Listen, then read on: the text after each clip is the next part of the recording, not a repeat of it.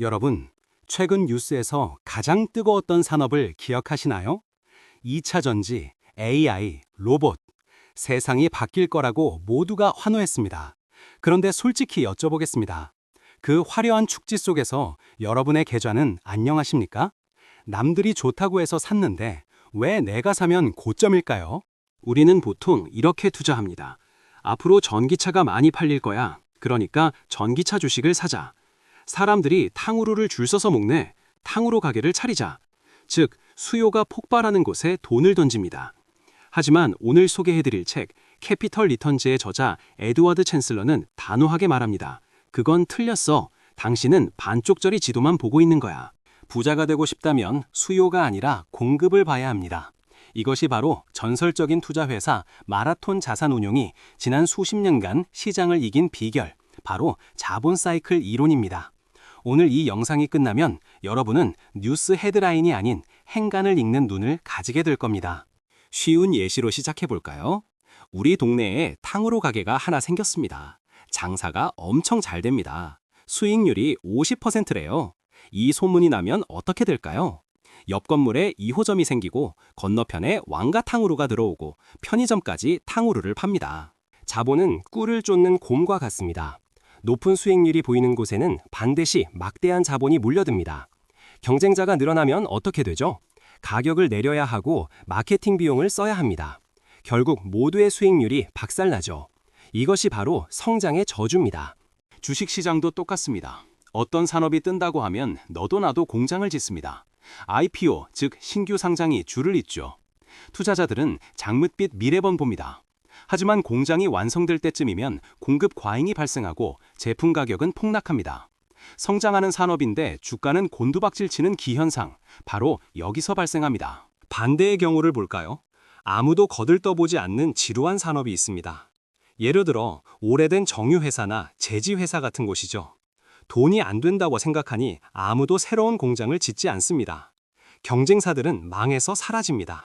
그런데 이때 경기가 조금만 좋아져서 수요가 살짝 늘어나면 어떻게 될까요? 물건을 만들 공장은 우리밖에 없는데 가격 결정권이 우리에게 넘어옵니다. 설비를 늘리지 않았으니 비용은 그대로인데 이익은 폭증합니다. 이것이 바로 대박이 터지는 순간입니다. 이 책의 저자는 말합니다. 분석가들은 대부분 수요를 예측하느라 시간을 허비한다. 하지만 수요는 인간의 변덕과 기술 변화 때문에 예측이 불가능하다. 아이폰이 나올지 코로나가 터질지 누가 알았겠는가? 반면에 공급은 눈에 보입니다. 경쟁사가 공장을 짓기 시작하면 완공까지 2, 3년이 걸립니다. 뉴스에 대규모 투자 발표가 나오면 2년 뒤에는 공급 과잉이 오겠구나 라고 확실히 알 수 있죠. 불확실한 수요보다 확실한 공급을 보는 것, 이것이 확률 높은 게임을 하는 법입니다. 여기서 우리가 조심해야 할 빌런이 등장합니다. 바로 기업의 CEO들입니다. 많은 경영자는 회사의 내실보다 규모를 키우는 것을 좋아합니다. 덩치가 커져야 자신의 연봉도 오르고 사회적 지위도 올라가니까요. 그리고 그 옆에는 투자은행이라는 바람잡이가 있습니다. 회장님, 지금이 기회입니다. M&A 하세요. 상장하세요. 그들은 수수료를 챙기기 위해 자본 투자를 부추깁니다. 결국 주주의 돈은 낭비되고 수익률은 떨어집니다. 그렇다면 우리는 어떤 기업을 찾아야 할까요? 남들이 공장을 늘릴 때 아니요, 우리는 내실을 다지겠습니다 라고 말하는 경영자. 벌어들인 돈으로 무리한 확장을 하는 대신 자사주를 매입해서 소각하거나 배당을 주는 기업. 자본 배분에 엄격한 기업을 찾아야 합니다. 이제 실전 팁을 드리겠습니다. 위험 신호는 언제일까요? 경제 잡지 표지에 특정 산업의 CEO가 영웅처럼 등장할 때, 정부가 특정 산업을 육성하겠다고 보조금을 뿌릴 때, 그리고 너도 나도 그 산업에 진출하겠다고 선언할 때입니다. 그때가 바로 도망쳐야 할 때입니다. 반대로 기회의 신호는 언제일까요? 해당 산업 관련 뉴스가 온통 비관적일 때, 경쟁사들이 파산하거나 사업을 철수한다는 소식이 들릴 때, 그리고 기업들이 투자를 줄이고 비용 절감에 들어갈 때입니다. 바로 지금이 씨앗을 뿌릴 때입니다. 반도체 시장에 대입해 볼까요? 반도체가 대표적입니다.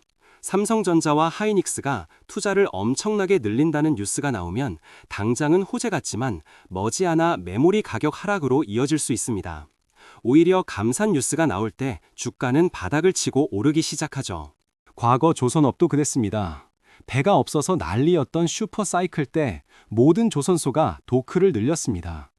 하지만 그 배들이 바다에 쏟아져 나오자 해운 운임은 폭락했고 긴 불황이 시작됐죠. 공급은 한 번 늘어나면 줄이기가 정말 어렵습니다. 물론 주의할 점도 있습니다. 단순히 주가가 싸다고 공급이 줄었다고 무조건 사면 안 됩니다. 기술적으로 완전히 도태되어 수요 자체가 사라지는 산업, 예를 들어 필름 카메라나 비디오 대여점 같은 곳은 피해야 합니다. 우리가 찾는 건 사이클이 도는 산업입니다. 자본 사이클 투자는 인내심을 요구합니다. 남들이 환호하며 불나방처럼 뛰어들 때 냉정하게 돌아서야 하고, 남들이 공포에 질려 투매할 때 용기 있게 다가서야 합니다.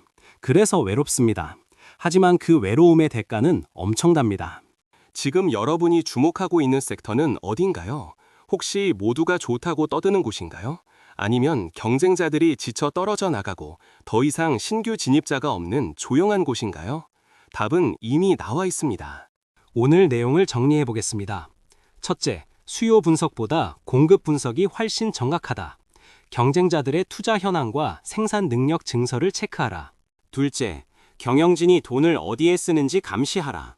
무리한 확장보다는 자사주 매입이나 배당 등 주주 가치를 높이는 기업을 선택하라. 셋째, 자본 사이클의 위치를 파악하라. 고수익은 경쟁을 부르고 저수익은 경쟁을 제거한다.